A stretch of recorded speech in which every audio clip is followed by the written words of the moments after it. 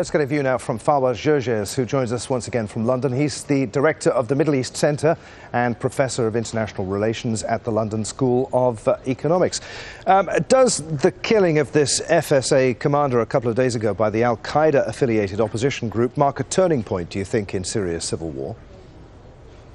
Well, I don't see why we are seeing the killing of Mr. Hamami a turning point. There have been many killings of the Free Syrian Army in many parts of Syria.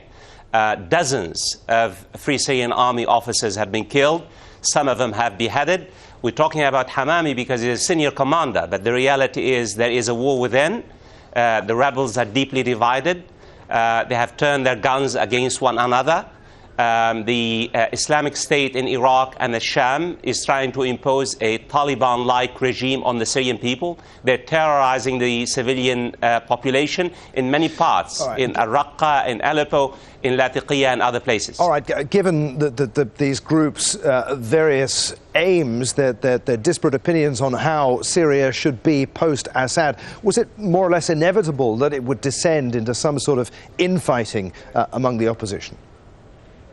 Absolutely. I think you're talking about, as you said, Adrian, you have raised a major point. You're talking about the future of the identity of the Syrian state. What kind of a state? Should it be an inclusive, tolerant state or a Taliban-like? Al-Nusra Front, the Islamic State in Iraq and Sham believe in a very conservative, very reactionary, very Taliban-like regime. But we're not just seeing, battles over ideology and leadership. We're seeing battles over resources and also over weapons.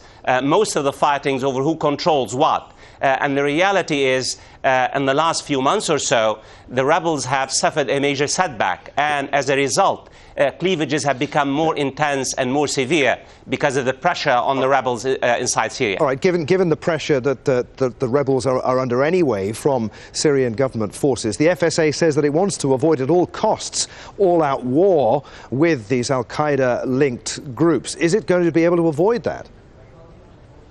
I don't think so. And I don't think that the Free Syrian Army should basically tolerate such really destructive groups inside Syria. I've just heard the commander, one of the commanders on your report of the Free Syrian Army saying Al-Qaeda is not our enemy. Well, Al-Qaeda is as dangerous, if not more so, than the Assad regime. It's not only because you don't want to get rid of one dictatorship and basically tolerate another. Many Syrians across the Syrian landscape are complaining about the state of terror which al-Nusra and the Islamic State in Iraq are imposing on Iraq. It is inevitable, either now or in the near future, the fight between them. Okay, you're talking about physical violence here. Of course, there's been political infighting among the various opposition groups from day one. All of this surely does nothing but play into the hands of Bashar al-Assad and the regime, doesn't it?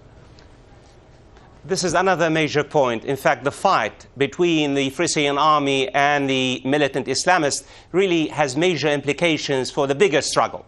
Not only because, the regime now is on the offensive, because they're coming under tremendous pressure, as you know, in Homs, in Damascus, in the suburbs, in many parts of Syria. And that's why I can understand the reluctance of the Free Syrian Army to really engage the militants. But the reality is, in fact, it is the militant Islamists who are targeting the Free Syrian Army and killing their officers and their soldiers in many parts of Syria and imposing their own Taliban-like regimes in some parts of Syria, in particular in Raqqa.